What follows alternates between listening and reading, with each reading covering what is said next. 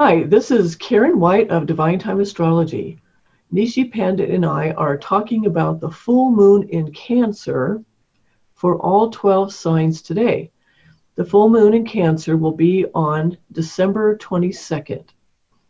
The most important thing to remember is that the full moon gives and has something to offer you. I'm here with Neeshee Pandit of atmaastrology.com. And he brings his knowledge of astrology and Ayurveda, the traditional medicine of India. Neeshee will tell us the significance of the full moon for our health and well-being for this month. We will discuss the element, the sign, and the light that the full moon in Cancer will bring us this month and what it has to give to you. We will do this for all 12 signs. Hi, Neeshee. Hi, Karen. Thanks for having me again. Yeah, absolutely. Okay, so this month, the full moon is in its own sign of Cancer. That's right. So you want to talk to us a bit about the element and the sign? Well, the moon is in its own sign of Cancer, which is great. This is going to be a nice full moon. Cancer, moon rules Cancer, and Cancer is a water sign. And that's that part of the moon that we know it has watery qualities. You know, the moon is water and air elements. Okay. So Cancer is that watery aspect of the moon, and Cancer also corresponds to the heart region of the body. And that's what I think is really its primary significance, because the moon rules our emotions and our mind. It really shows that our mind needs to be anchored in our heart in order for us to be balanced.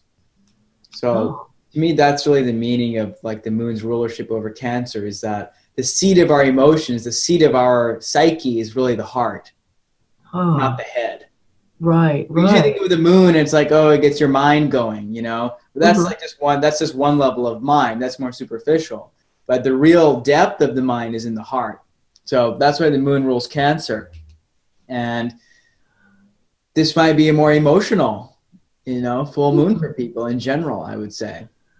Right, right. And it's related to the sign of Cancer, which I want to say, as the result of the research that Ernst Wilhelm did into gemstones, it corresponds to the color pink. Right. Which makes a lot of sense, doesn't it? It's a feminine sign. It's all about, you know, the heart and the emotions. So on the full moon, wearing something in pink, assuming, of course, that the sign of Cancer is a house that you want to emphasize. It doesn't matter. The full moon is going to be there anyway, so you might as well make the most of it. Wear something pink. Even guys, you can wear like a pink tie or a pink shirt or something. That's right. Right? Just to emphasize it. Okay, so I'm going to share my screen and we can get started talking about the signs, unless you have something else you want to say about the element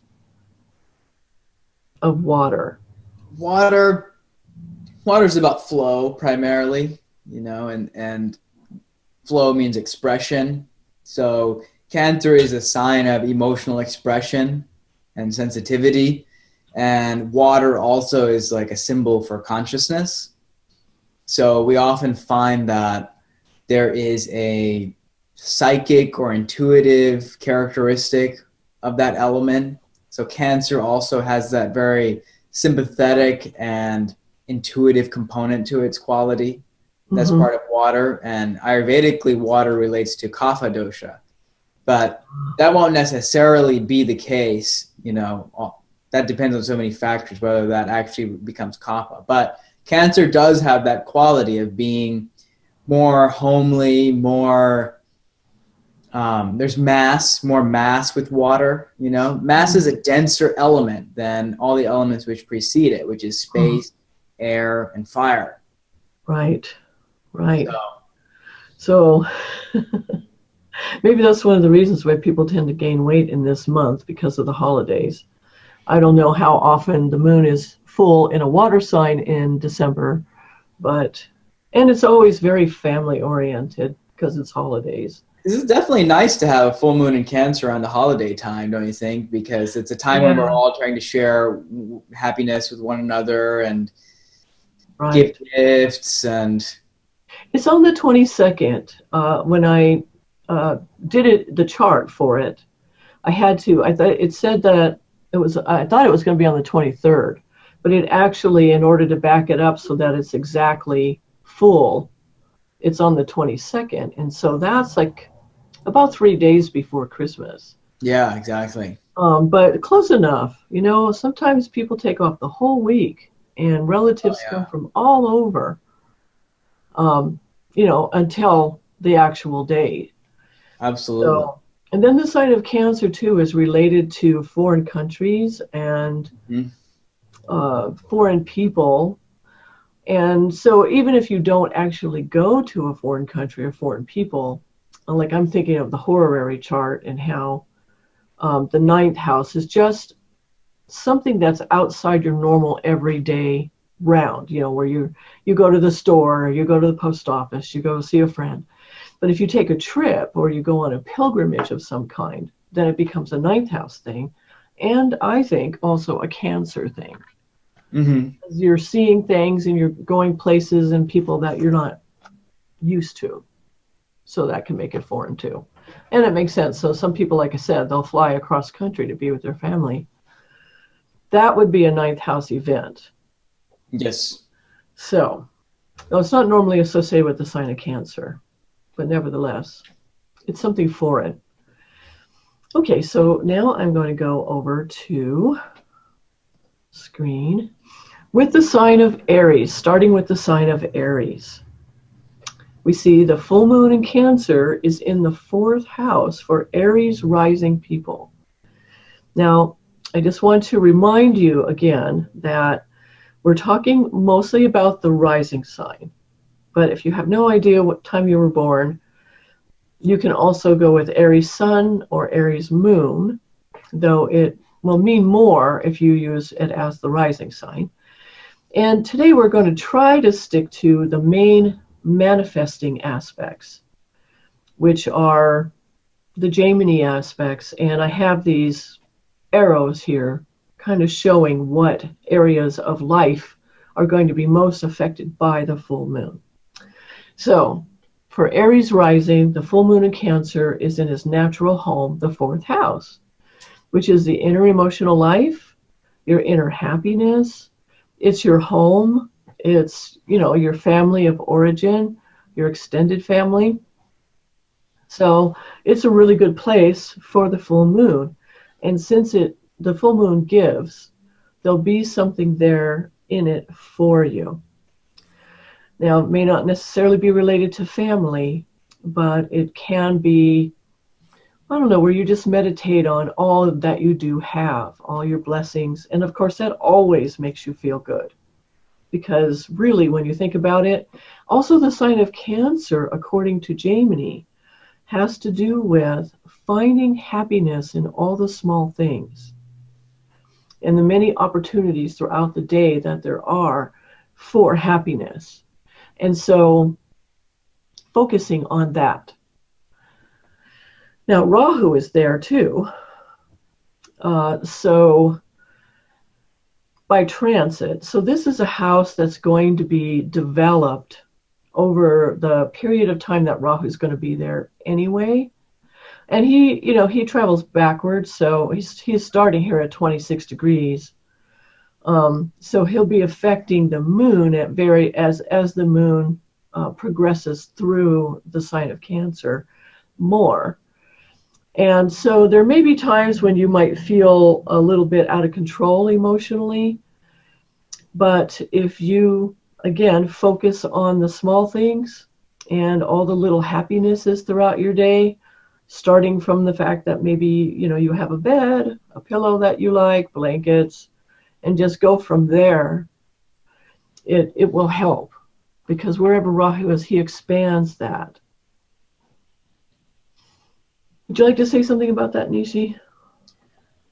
Well, I think on the one hand, it's nice for Aries ascendant that moon is in its natural home, as you said, the 4th house, and it's full there. So that's definitely nice, but that Rahu moon conjunction definitely is concerning to me, because Rahu in particular can really imbalance the moon. So people might, full moons in general bring up a lot for everybody in one way or the other. And when you have Rahu there, it's especially expansive and especially apparently devoid of the quality of balance. Because Rahu tends to take things to extremes in a way. To us, it feels that way. So I would just be aware of the fact that that conjunction is true for everybody, in a certain house, depending on the ascendant. For Aries, it's in the 4th, so there might be some upheavals, in that domain of their life. That emotional landscape, the home, environment. It might not exactly feel totally stable with that. True. And also, it's because it's in a water sign, it has to do with developing your emotional security regardless of your circumstances, regardless of what other people are doing. So it's an inner house. That's it's right. about going within. Do you have any Ayurveda suggestions for if a person is feeling particularly ungrounded with the moon there? Well, I think the lesson of Rahu Moon conjunction is the need for the mind to abide in the heart. As I was saying earlier about Moon and Cancer. And that's what's being developed here, because any planet that joins Rahu is under development. So Ayurvedically, I think practices that enable one to be more present, bodily present even. That can be anything from actually doing physical yoga asanas to meditation to pranayama practice, and being aware of this region in particular, the heart region, where there tends to be a lot of blocked energy for people, because being emotionally vulnerable all the time is, not considered to be a workable thing for people, because there's a lot of pain in life, right? So there's always a lot going on there, and this full moon is going to bring that out, and Rahu is definitely going to bring that out. So part of what happens with Rahu Moon is that people get kind of lost in their mind. They sort of get lost in this mental world of theirs, and it can be kind of racing thoughts or just a lot of mental energy. But that mental energy is not connected to anything. It's kind of expanded in itself. So people need to just get grounded, bring that back into the body, especially where its anchor is, which is the heart. So I would just suggest being aware of that and breathing properly and doing some yoga, because the yoga combines the breath with the body. That's going to help bring the mind back into balance. So, okay, yeah, no, that's really good. Also, the full moon is aspecting the 2nd house, the 8th house, and the 11th house for Aries rising. And the 2nd house is related to family and close friends, your resources, and your emotional needs. The 2nd house is the resources that you use to get your needs met. And so since this is a water moon, this would be emotional needs. And interestingly enough, it's in the water sign, it's mute, which means it's not very verbal. So it has more to do with the, nonverbal communication. How you express yourself with your eyes and your face and your body language and your tone of voice. So even if you're not being directly talking about something. And the full moon can perhaps help you to express your feelings without necessarily talking about it, because sometimes talking is overrated. It's better to maybe just be with someone important to you. And then the 8th house is the 2nd from the 7th. So this has to do with your bond with your partner, your partner's resources, and you have Venus there. Venus and the moon are aspecting each other. So depending on the context, which is everything in astrology is about context. If we're just talking about, say, the relationship, the emotional part of the relationship, Moon-Venus contacts, well, it might mean that you have to be a little bit more conscious of making sure that both people in the relationship are getting enough of their needs met at one time. And or sometimes because Rahu is here with the moon too, there may be a point in the relationship where maybe it is more about you for now, you know, more about your emotional reality and how perhaps that is affecting your relationship. And then when the moon moves past this, you know, it goes into Leo, then you can focus again perhaps on your partner and your partner's needs. And then the 11th house has to do with income, side ventures, colleagues, you know, peers, and you could maybe be a bit more involved with that too.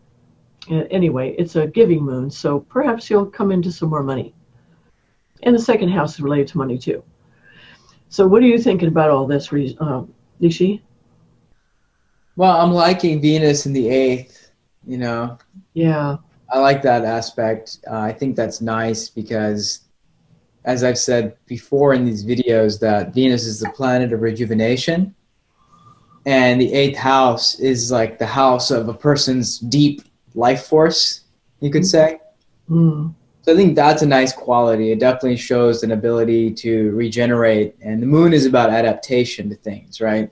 Yeah. And Venus is going to show our ability to, it's like another level of adaptation, which is not only have you adapted, but you're actually being regenerated by your circumstance. You're actually being fed, nourished by your environment, you see? Nice. So that's the great thing about having Venus here and the moon. They're related to each other. So that's nice. Now, Avashta-wise, it's not that the greatest thing. There could be like some unrealistic expectations of the partner, you know? Mm. So here it's important, especially with Rahu moon, to just get more grounded in the realities and not lost in any idealizations of what a relationship is and what our expectations in those relationships may be. So definitely there's going to be some level of discontent in that domain. We already know that from Rahu moon conjunction in the 4th, you know. So this is going to cause some adjusting of that attitude. And when that happens, there can be, you know, a lot of nourishment can start to flow between people. So I think that's a nice blessing. And yeah, it's like this double water. Mm-hmm. Yeah, double water. It's aspecting the first house of the body as well. Mm-hmm. So that's helpful. And then, of course, the 10th of career, sphere of responsibilities, too. So, yeah, Venus is in a nice place for Aries rising. Venus is in a nice place right now, and they should capitalize on that momentum and, you know, find ways to be nourished in their life and in their home environment, in their relationship, because Rahu is definitely going to bring up what is getting in the way of that nourishment. So it's a nice opportunity to let go of something, let go of some blocks. Well, okay, Aries rising. Now let's move on to Taurus. Okay, Taurus rising, sun or moon. And for Taurus rising, the full moon is in the 3rd house and aspecting the 7th and the 10th and the 1st. Okay. So the 3rd house is not really that much of an emotional house. It's more about building your skills. It's about teammates. It's about siblings. And it's somewhat about competition too, but it's when you have to do something difficult in your life. If you have what we call a cruel planet or malefic in the 3rd, it's very helpful. It helps you to persevere and get that thing done, whatever it is. And the moon there, too, is perhaps giving you some light on what skills you need to develop next, or maybe you get to see the culmination of what you've been working on for a while and enjoy the skill level that you have now. And learning new skills, learning new things, the beginnings of any field of knowledge is one of those things that actually makes us happy. So since it's in a water sign, right, we're dealing with emotions, emotional security here. And the 3rd house is a type of knowledge house too. Enjoying what your skill level and your level of knowledge. you might get to apply it to something in a way that makes you feel particularly competent, which is always a nice feeling. You know, when you've been studying and studying and working on something, and then you get to apply it and you see it working. That's nice. And then, of course, the full moon's aspecting the 7th house for Taurus rising. And there's that moon Venus thing, which we already talked about for Aries rising, but Venus in the 7th is a nice place for Venus in your relationship. That's usually a time where you feel a lot closer to your partner. You can make advances in the relationship, you know, get closer in many ways. Now, Moon, Venus aspecting each other in this realm. Well, it would be good if you could perhaps, since the 3rd house is also a writing house, if you're upset about anything in your relationship, or if you're full of doubt, then to write it all out in a stream of consciousness form, what they call the morning pages, which you can Google if you want to know more about it. But it's stream of consciousness writing. You don't worry about spelling, grammar, punctuation, and you don't worry about making sense. Basically, you're just dumping what's in your mind and in your heart. If you could do that first, before you come to your partner with your concerns or your fears or your, you know, possible misunderstandings, you get it out of yourself first and you can see it clearly, and then you'll be clear about what you want to say before you say it. And then there's a much better chance that it'll go well instead of the Moon Rahu thing, which can make it go, well, crazy. Can make it really go out of control, which is what you don't want. You know, you want to really take advantage of this nice Venus here instead. And then the moon is aspecting the 10th house for Taurus rising too. And this is work.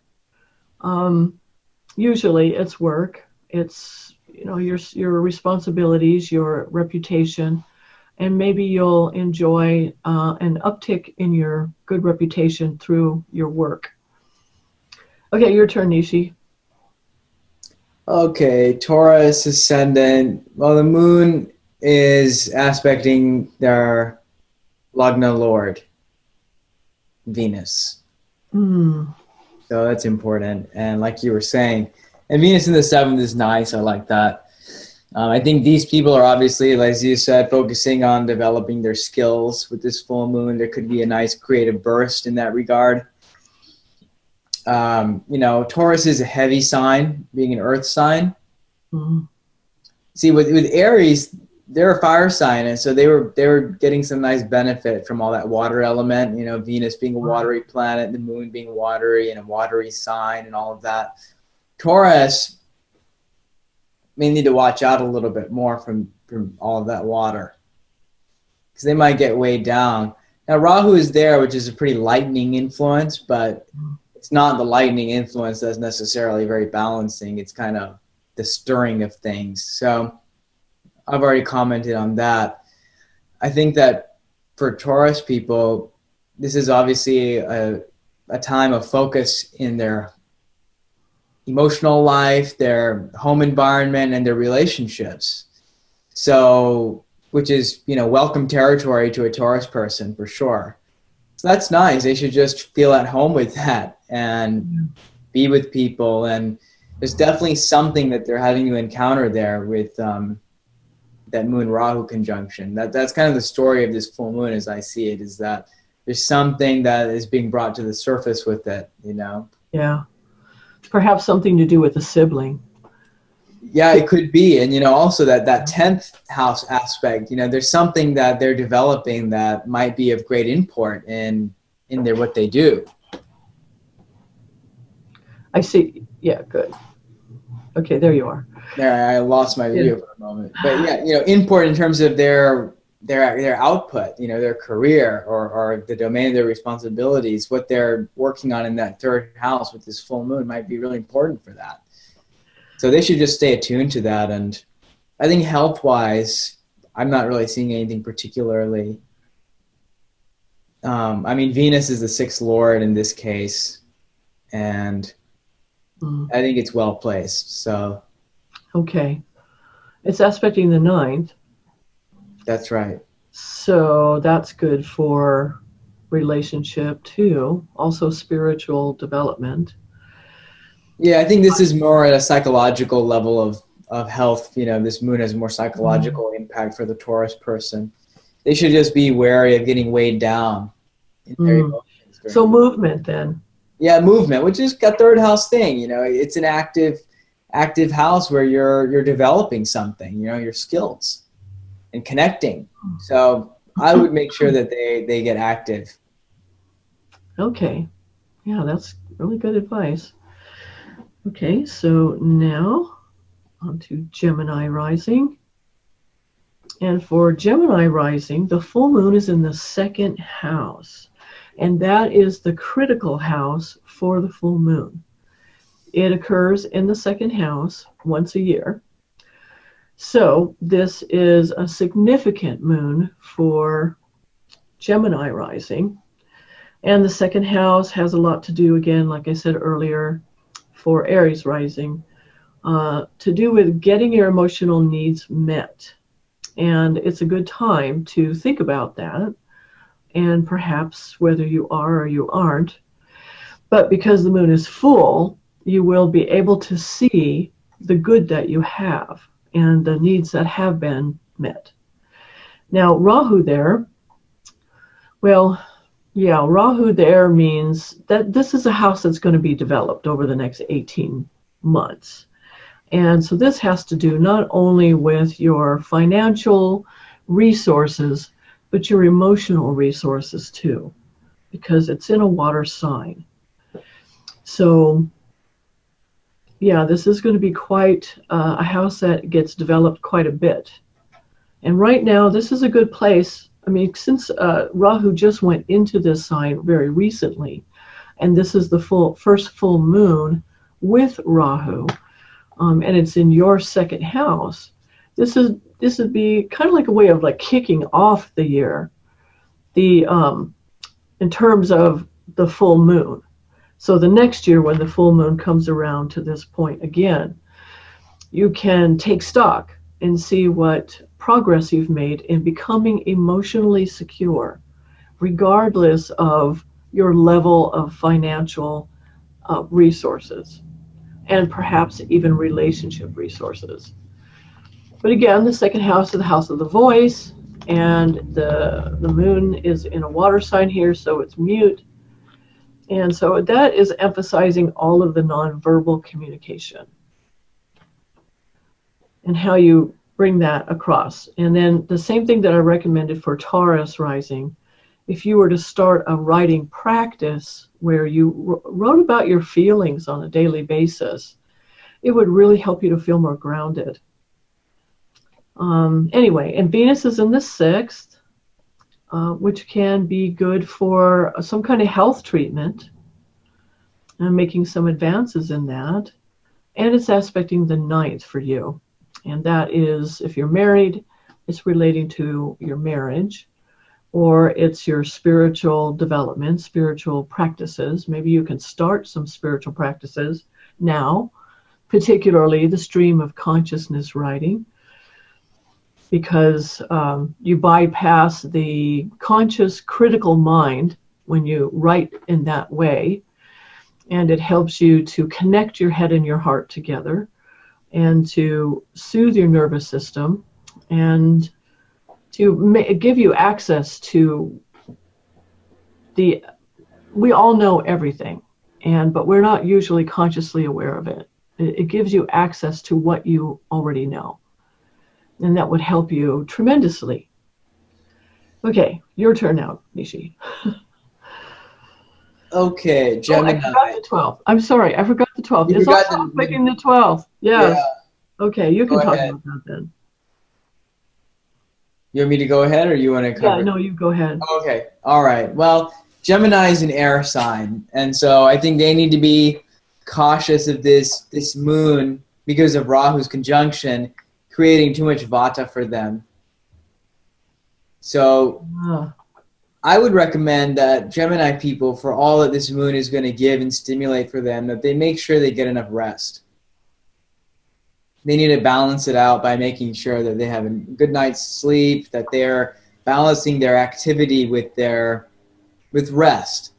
And that could be meditation, that could be, just getting a good night's rest. It can be measuring output, in a way that makes sense and not get depleted, not get ungrounded.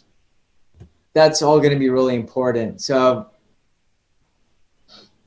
and like you said, I really like that idea of the stream of consciousness writing. Yeah. Because I agree that it bypasses the conscious critical mind, and it does allow for a certain level of connection between the mind and the heart. So I think that's a great recommendation. And Venus is in the 6th. And the 6th is the house of disease and enemies. And I think that's a nice placement for Venus. Again, Venus is turning out to be doing pretty well so far for everybody. We'll see how that trend continues. But I think that's nice. There's definitely not going to be any huge physical health issues, but I think it's more psychological because of Rahu being involved. So there's a deeper import to the moon because of that. I mean, it's not that often that the moon is with Rahu and it's full at the same time. So this is important. This is true. And what was I going to say? I lost my train of thought. Well, I'll say that the 9th and the 12th aspects are also important because those both relate to spirituality in some way.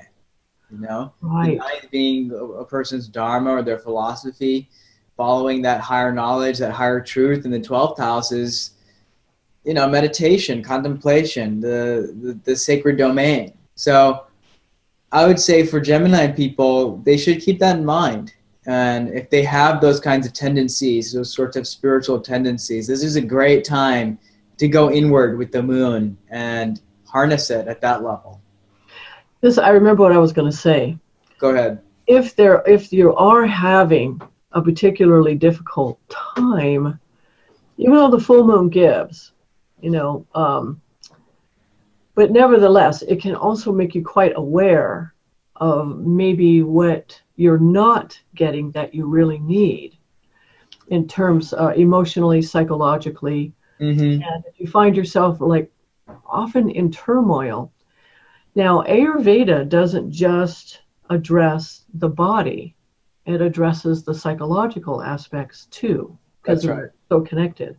And with Venus here, I just want to promote Neeshee and his ability to apply Ayurveda principles as well as astrology.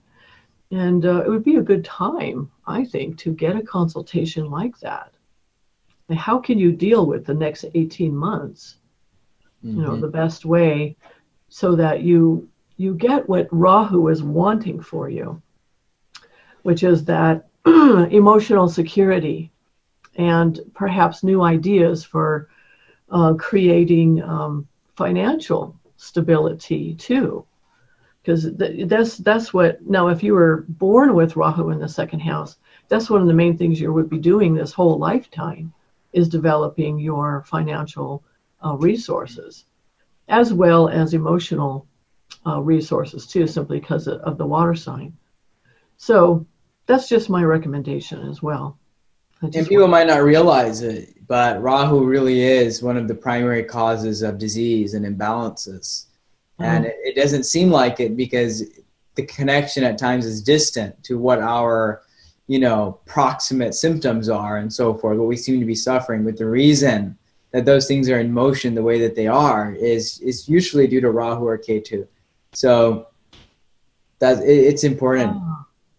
And that's because the ultimate spiritual reason for that, what I've heard and I believe, and that is if you want to live a good life, get some kind of illness and then learn how to take care of it, how to cure it. And in process of doing that, you up-level your whole life. That's right. So even though Rahu, we experience him as a malefic, ultimately there's a higher purpose for it all. That's right. And that's why Rahu is the great, paradoxically enough, is the great balancer in the chart. It's by going through Rahu that we can, the eighth planet, eight is an even number, is a balanced number. And it's through Rahu that we actually gain all of our fulfillment. So interesting. Yeah, look, it's in Pushya too, the nakshatra of Pushya, which is quite nurturing. That's a Jupiter nakshatra, right? No, actually, Pushya is ruled by Saturn, but okay. Jupiter is involved in there simply because Jupiter is exalted in the sign of Cancer. Right, that's what I'm thinking. Yeah, that's where I'm getting this Jupiter Pushya connection from. Yeah, so that's a nice combination, actually, Jupiter and Saturn. Mm-hmm. I think Pushya is he's one of the stable. Because the nakshatras have different qualities. That's right, they do. And I think he's one of the stable ones, simply because he has that in common with Uttara Bhadrapada, which is why I remember it, because that's mine. So anyway, so perhaps too, the 12th house has to do with expenses often, and the full moon shining a light on it perhaps will show you maybe an expense you can get rid of that you don't really need, and or maybe something you want to buy for your happiness. In other words, an expense that's worth it. Okay, that's it, I think, for Gemini. Do you have anything else to say about it? No, I'm good on Gemini now. Okay, so now our little commercial break. If you're enjoying this video and you would like to know more on Ayurveda and astrology, because Neeshee and I were talking earlier about some topics that we can talk about in the future that would benefit you, then please hit the like and subscribe button. Thank you. Okay, now Cancer rising. For Cancer rising, the full moon is in the first house. So this is the body, the self. And when the full moon comes around to the first house, which again happens only once a year, this is the time for you to treat yourself, for you to relax, to just enjoy being. You can stop climbing that mountain for a while, because it seems like we're all climbing some mountain all the time, right? We're working on something always. Well, this is a chance for you to just relax and enjoy yourself. And perhaps get yourself some little treat that you've been wanting, but you've been putting off for whatever reason. You can get it. Now, Venus is also aspecting the first house, and the full moon is aspecting the fifth house of creativity, the eighth house of other people's money, inheritance, your partner's resources, your bond with your partner, and then the 11th house of income, side ventures, activities with colleagues, peers, and then Rahu. Rahu's there. So this means for you, the first house is going to be developed quite a bit over the next 18 months. And the moon there, well, you can think of it as like the beginning of the lunar year for you. Just like I was saying for Gemini rising, because the first house is significant too. The second house is the critical house for the full moon, but the first house is important too. Now, do you want to talk about Rahu there, Neeshee? Yeah, I think for Cancer ascendants, it's really important because this is a time when they need to take more time for themselves than others. Because Rahu in the first is always requiring them to develop, who they are and what they're here to do, and that's that sense of identity in life. So, and the full moon is definitely going to be bringing that out more. And Ketu is in the 7th, and so there's going to be that sense of wanting to rely more on partners and people like that. to feel secure, but what they're having to do is really go it alone a bit. And that doesn't mean like leave your partner. I'm just saying that they need to make sure they have enough time to be with themselves and have this self-discovery, introspection, which is what Cancer is about in so many ways anyways. Right. So this is really nice. And if they do that, then they can move into this 5th house area, you know, because that's where Venus is. So that's where they're going to get their rejuvenation. So if they can discover what they're here to do, what they're about on some other greater level than they presently know or are aware, they'll be able to create something based on their inspirations, right? Because 5th house is the heart's inspiration. And we already know Cancer is the heart and all of that. So what they manifest based on that Rahu over there is going to come into this 5th house domain. And that's where their Venus is right now. So they're going to get a lot of energy from that. So that's really important. And that 8th house aspect, I would say, yeah, definitely if they have tendencies towards spiritual practices or esoteric sciences, this is a great time to plunge forward, because those things definitely are introspective in nature, and the study of them is also very personal and introspective. And so they might learn something about themselves by going into those fields. So that's a useful thing to study. I don't really have anything to say about that 11th house aspect, but I'm more concerned with the 5th and the 8th and what's happening in that 1st house. Definitely prominent for them because it's happening in the 1st house. I would say, you know, they should definitely be careful with their diet, because this could go in a number of directions, you know. They could gain weight, or they could just lose a lot of weight. There's kind of an extreme here. Really? Okay. Yeah, so I would just be very moderate with the dietary practice. Don't go to any extreme with the dietary practice. Do what you usually do, but maybe, you know, moderate yourself. Like might be hard to do during the holiday time, but none of those crazy none of those crazy liver detoxes that you see on YouTube. Yeah, don't do anything extreme. Yeah. Let's just put it that way. Right. And as you know, the sign of Cancer too, like I said, is the exaltation sign of Jupiter, which is related to the liver. That's right. And Jupiter's in the 6th for Cancer. And that's why the Chinese say that, you know, and in Ayurveda, we also say the liver registers all the emotions. Oh, right. Yes. Wow. That's why in Chinese medicine, they say you never take a healthy liver pulse, because everybody's stressed. Everybody has some emotional thing going on that their liver is always dealing with that. Yeah. So that's why Jupiter is exalted in Cancer, another reason, right? Right, exactly. You know, I keep seeing fertility here. Maybe just because it's the Venus in the 5th and the moon aspecting the 5th and the Venus aspecting the 1st. I see it.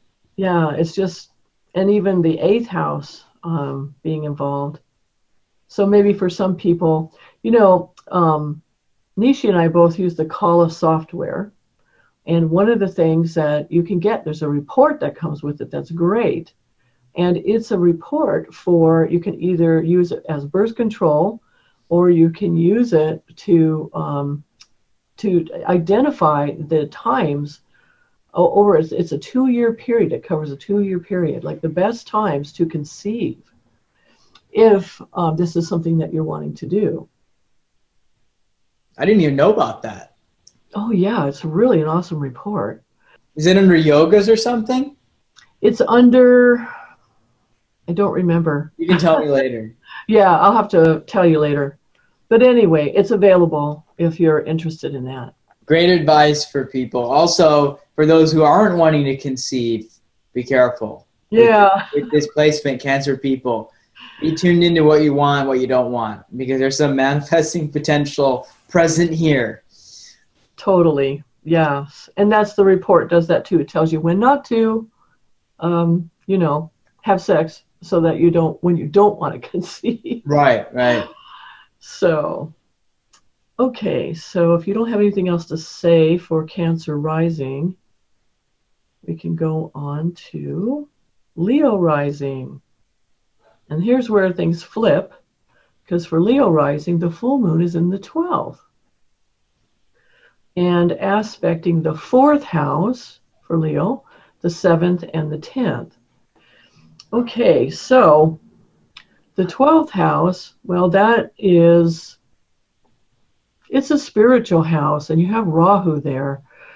And if this were in your natal birth chart, it basically would mean where you are detaching more and more from worldly concerns and moving more into the spiritual realms, where you are developing more and more, because the 12th house is a moksha or freedom house. And the ultimate freedom, of course, is to get off the reincarnation wheel and to be able to return, merge with the divine, and who knows what else happens after that. There are many other worlds. We don't know what God has in store for us. But if you don't want to have to keep coming back to Earth over and over and over again for who knows how much longer, this is one of the ways that it's done. Because coming from where Ketu is in the 6th, this is where you do a lot of service. You are basically paying off a lot of karmas, etc. And then when Rahu moves into the 12th, it's where you become more detached from worldly concerns. So if you're thinking of going into an ashram, what a perfect day to do it. Like the full moon there, wouldn't that be exciting if that was something you wanted to do? Or join a meditation group, or start new spiritual practices, anything along those lines. It's also expenses, and again, the full moon gives, so it could be something maybe you've been wanting to get for yourself that you've been putting off for whatever reason. You can get it now because it's an expense for your happiness. And then the full moon aspect in the 4th house of the inner emotional life, and Venus being there, which is another favorite house for the moon and Venus. They both love the 4th house. So taking stock and just being and enjoying. And then the 7th house of partners, full moon aspecting that. That is pleasant if you're in a relationship. And then the 10th house, which has to do with your work in the world. Your creative work in the world, what you're here to do. And perhaps you'll get some more insight into that too, because that's kind of an evolving thing. I think that evolves as we evolve. I mean, even if the birth chart shows, hey, you're really great at being an astrologer, for instance, that evolves. Have you noticed? Yeah, definitely. Doing this? There's a dynamic in the chart. Yeah, for sure. And a good time to get a reading. I mean, of course, all of this is a good time to get a reading just because Rahu is with the moon. But, you know, isn't there then a name for, Rahu is so much about destiny. It's such an important thing. Anyway, so your turn, Neeshee. Okay, for Leos, yeah, I would second what you were saying about the 12th house. I think this is a great time for spiritual retreats, you know, for people who like to go on retreats of some kind, like a meditation retreat or visit to a sacred place for a period of time, however brief, however long. Definitely, this is a good moment. Meditation and all kinds of contemplative practices are going to be useful during this full moon. Definitely, there's some nice things going on for relationships and for career. So that's really positive. I think that that's not really an area where Leos are going to have to worry with the full moon. Those things will be given. I think what they need to develop, though, is where that Rahu is. So if they make sure that they take time to connect with that 12th house domain, they're going to be feeling a lot better about everything else. And they're a fire sign, and you know the moon is in a water element sign, and so I don't think that's going to be particularly imbalancing for them. The only planet involved in these aspects is Venus, which is also a water planet. So I think that might be nice, you know, for Leos to have a little bit of coolness in the midst of their sort of natural fire. And of course, they're just coming out of spending 18 months with Rahu in their first house. So I think this is a nice shift. Yeah.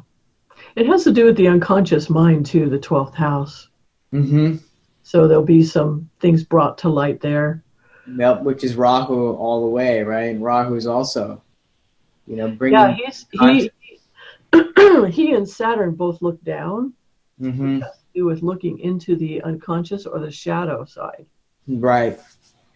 And so you might have some pleasant surprises with that, because the shadow doesn't just hold everything about ourselves that we don't like or that we've disowned or that as a human being that we don't, engage in anymore because we're not 5 years old anymore.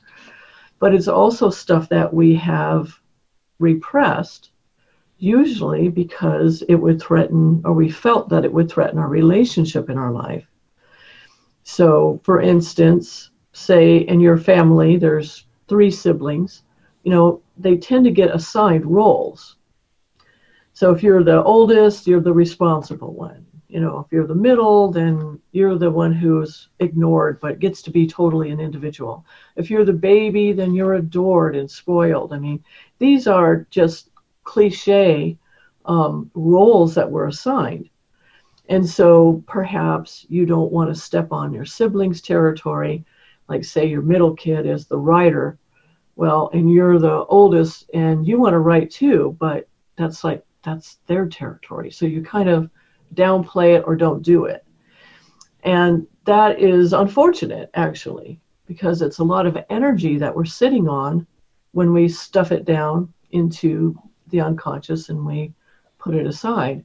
Now, with the full moon here and Rahu there, you'll be bringing up some of that stuff and processing it. This 12th house is also a processing house because it's naturally related to the sign of Pisces, where everything eventually gets processed through. So that's a little bit more of an esoteric thing having to do with Rahu, but he's definitely related to the shadow. And that makes me think of something too, because the moon looks all around because he's a perspective planet and he's receptive and adaptable, but Rahu looks down. So one of the things that you want to be aware of is if you do find your thoughts going in a negative direction, to realize that that's Rahu doing that, and there's usually a reason for it. And again, my solution is always write it down, right? Mm-hmm. Because then it's outside of your head and it's captured on paper. And recognize it that way. Exactly. Okay. Anything else you want to say about Leo rising regarding this? No, that's it. Okay, so now Virgo. For Virgo rising, sun or moon, the full moon is in the 11th and aspecting the 3rd, the 6th, and the 9th. So, because the moon is in his own house, this is always the house that gets the most manifestation. And the 11th house has to do with income from your job, your career, it's side ventures, it is colleagues and peers in that regard, and perhaps even group activities with peers. And because it's Rahu, well, and it's in the water sign, it has to do with emotional security, being able to put your work in front of your peers and be secure regardless of the reception that you get. Some people will really like it, some people will criticize it, and be okay with that. It's a process, though. You can't just tell yourself you'll be okay. You're going to have to feel whatever it is you're feeling and then get through to the acceptance of it. And don't let it stop you, whatever it is that you are putting in front of your peers. And it looks like Rahu is going to want you to be doing that for the next 18 months. Because the opposite of that is K2 in the 5th, right? So this means you maybe have spent a lot of time working on your own projects and following your own inspirations and maybe sharing it with a few people, but haven't put it out where, you know, your peers can see it for a variety of reasons. Maybe it wasn't ready yet or because of insecurity, but at any rate, Rahu is telling you, okay, now it's time, put it out there. And because the full moon is there, I think you'll get mostly a positive reception, which will be encouraging, so you can continue on with it. There's aspect in third house of skills and teammates and siblings and learning.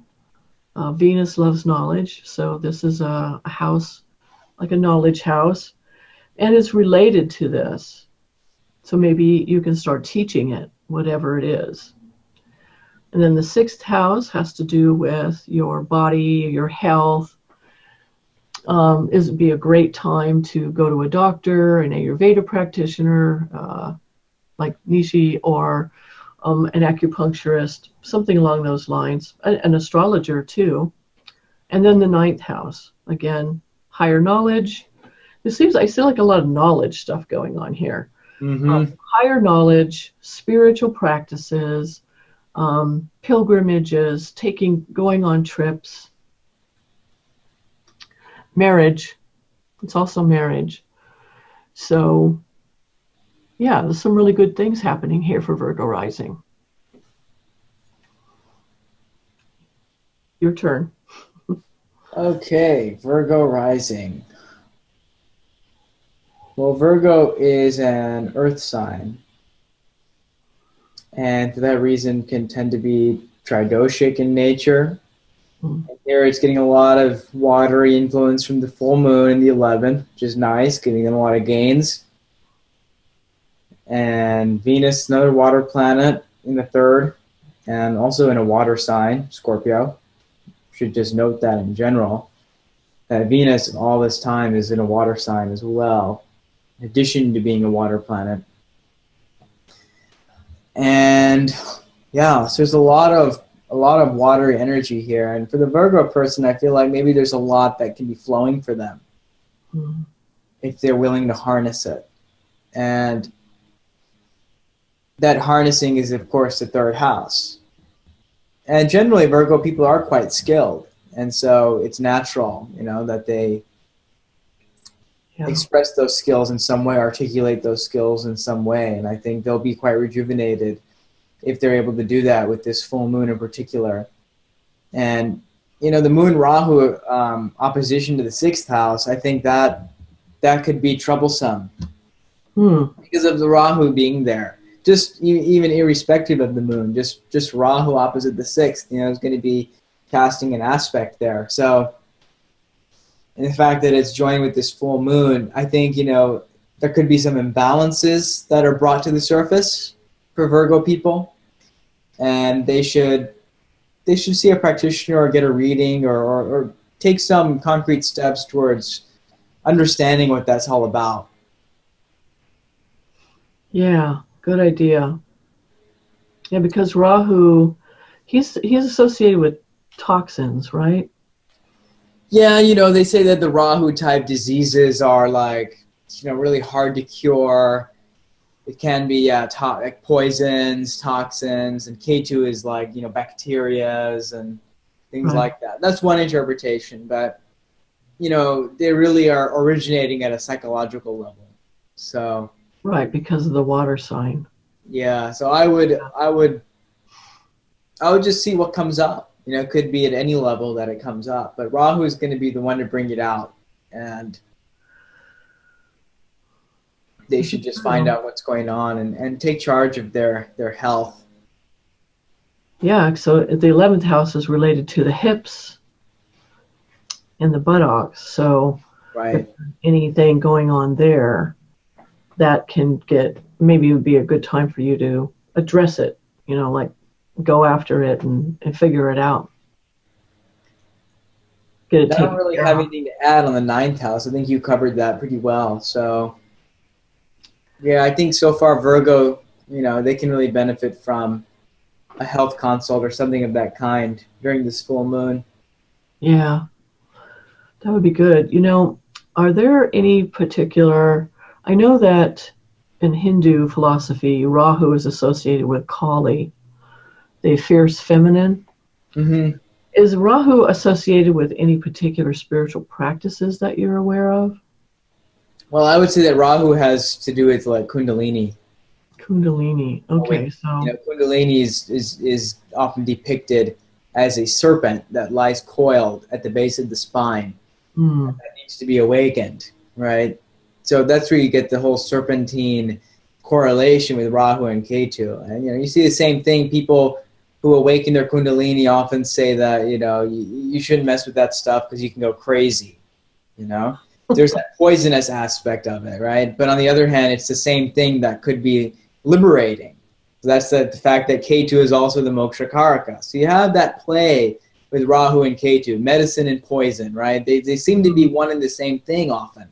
Yeah. So anyway, I'm not advocating that people all try to awaken a Kundalini because it's not really even possible. You need transmission from a master. So really? But that's really what Rahu and Ketu are about, as far as I see it in the traditional yogic context. So they have everything to do with like Tantra and Kundalini yoga, the real Kundalini yoga, not what people do in the yoga studios. I mean, really? I mean like yoga, like yogic ascent, So doesn't this happen gradually over time if you do yoga regularly, like just hatha yoga, where the Kundalini rises eventually, but in a safer way?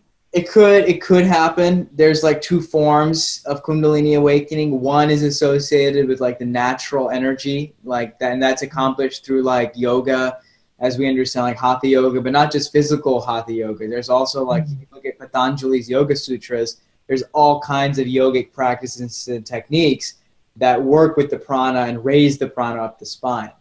That's one form of so-called Kundalini awakening, but there's another form of it that happens from transmission from a master. And that transmission is the transmission of a cosmic energy, not a natural body-based energy, but of really like cosmic consciousness entering into your body and stimulating the flow of Kundalini. And that is really like the true Shakti. Wow. That the yogis are working with. So that's another level. Maybe we'll talk about that sometime in another video. That sounds fascinating. Absolutely fascinating. Sure. The other thing I'm seeing here, just one last comment, is that if you are a healer of some kind, you're involved in the healing arts, this might be a good time for you to go public with it. Because the third house of skill, the sixth house of the healing arts, the ninth house of higher knowledge, and then the 11th house where you let people know what you're doing, it sounds like this would be a good time. And Virgo, just the nature of Virgo is such that they tend to be interested in healing practices because it's a sign of purification. Often people are involved in nutritional sciences, Virgo involved. So just that one last thought there. Anything else to say about Virgo rising? No, I don't have anything more to add. Okay, so now this is the end of Aries to Virgo, part 1. Now you can go to Start Libra through Pisces, part 2, and the link for that is below.